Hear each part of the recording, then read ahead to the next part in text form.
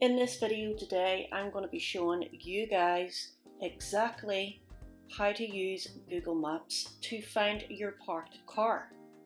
So if you're that type of person that drives into a car park, parks your car and gets out of the car, go about your day, do your normal shopping, come back to your car and you're not too sure where you've parked, I think we've all came across a situation like that.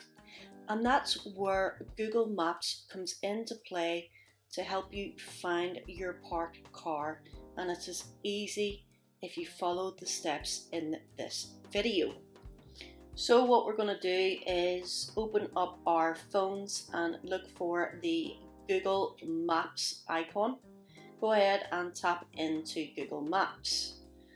Once you're in Google Maps and you've parked your car, you'll notice the little blue dot. Go ahead and tap on that blue dot. Then whenever you tap on the blue dot, you will notice an option down near the bottom on the right hand side for save parking. So tap on save parking and that will automatically save your location as your parking spot.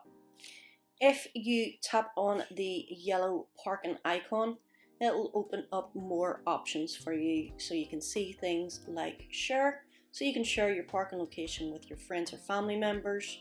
You can also put some notes in, so say for example you are at a leveled car parking lot, you can put in what level you're at. You can also put in the time if you have a time limit for your parking, and you can add a photograph of where your car is parked. Not only that, but you can show your map location of your parked car, and you can also get directions to there. So if you're parked quite far from your car, you can get step-by-step directions to your parked car, which is brilliant. And that's how easy it is to save your parking on Google Maps. I hope you guys enjoyed. Until next time, peace.